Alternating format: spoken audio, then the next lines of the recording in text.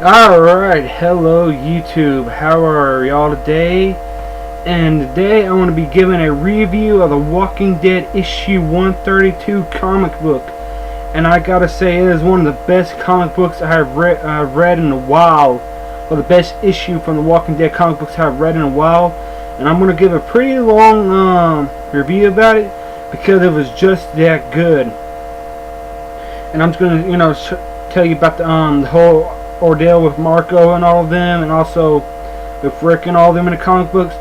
But first and foremost, it was just an amazing issue, and one of the best issues of The Walking Dead comic books that really made me go, what the fuck is going on here? I mean, it's like, okay, the shit just hit the fan, and some fucked up shit is happening in the comic books.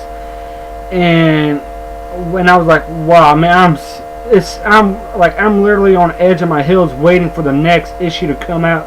This is how good issue 132 was. Alright, well, let's go ahead and jump into it.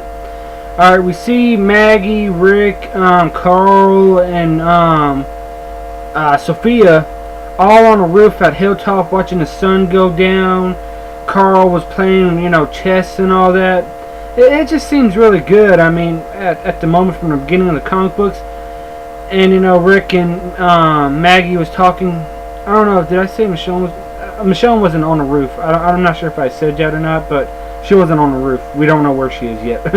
Anyways, Maggie, Rick, and Sophia, and Carl, was all on the roof. Carl was playing chess with Arl, the guy that's going to be his apprentice. Well, Carl going to be his apprentice and everything. So it's really going to be, in the beginning it was really, what was really supposed to be happiness. But then this is when the shit hit the fan. Then we come to Dante and his group with Doug and some other ones. I can't think of the name. Hang on, I'm looking it up right. Trying to see right here. It was Doug and some other one, but I can't think of his name. But anyways, a three-man search party. Looking for Ken, which they found a barn where Ken was, but they didn't find his clothes or anything. And this is when it really made me say, what the fuck is going on? The zombie, as a whole zombie herd, Walker herd, attacked the barn and everything. But get this shit, they were whispering to them, and not only were they whispering and everything, but they were going after them with knives and shit, trying to cut them and everything. And I believe it was Doug that said, holy shit, they're attacking us. Well, they didn't say holy shit part, but they're saying they have weapons. The walkers have weapons and stuff. And one walker killed the third person that was in the search group, with a knife. Then one sneaked up on Doug, slit him in the throat with a knife. And then this what really made me what the fuck was Dante was the only one that made it out, but he attacked a walker, and he attacked the walker and stabbed him through the head, and then he's cut off another walker's head. And get this, before he stabbed one walker in the head, it said you're gonna be dead next, and you're gonna find out how it is. But get this, after he stabbed him in the head, he removed the body, the skin and everything. It turned out it was an actual person, a survivor and everything, that was wearing a cutoff of the walker's head and everything on their bodies. So I was right when I said, there was disguised as zombies. But what I was also wrong, because they didn't have the guts on them. They had the whole fucking body on them. It was like they cut off all the insides from the walkers and was actually wearing them as body suits. And these guys are brand new to the Walking Dead world. I've never seen them ever comic books, but it was really fucked up. I mean, I was like, holy shit, what the hell is going on? So there are definitely new villains in the comic books. We don't know their names yet, but there are definitely new villains, because when he pulled the Walker's face mask off and it turned out to be a human, I was like, holy shit, what the fuck is going on? And then this is the most messed up part. Another one of them Walker disguised person walked up behind him, pulled out a shotgun and says, "Don't move." And you know, when we saw the face of, you know, of the guy and everything, it was creepy as fuck. How he had the whole walker head and stuff on him and the body parts on him actually made him look like a walker. It reminded me of a whole lot of the Texas Chainsaw Massacre mask and everything, you know, the different body parts. It was like, holy shit, this is creepy as fuck. But that's one thing we need in the Walking Dead comics is creepiness. And I definitely got the creepiness in the Walking Dead issue 132 with the new villains and everything. It was like, okay, this is creepy as fuck, you know, what the hell is going on?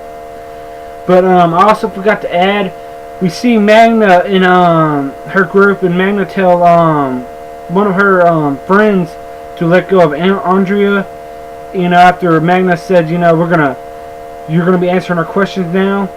But then after you know, the girl let go of Andrea's arm, Andrea sternly said, I'll tell you what you need to know, but if you do anything to me, you will be dealt with.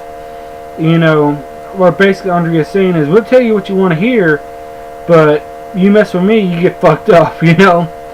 But other than that, man, these new villains, you know, there's a lot of villains, you know, a lot of people there that was masked as these walkers and everything, because, you know, the herd and everything, it was actually a herd of people with walker bodies parts on them, you know, basically like a walker bodysuit, like I said before, a Texas Chainsaw mask with different body parts, masks and everything wearing them.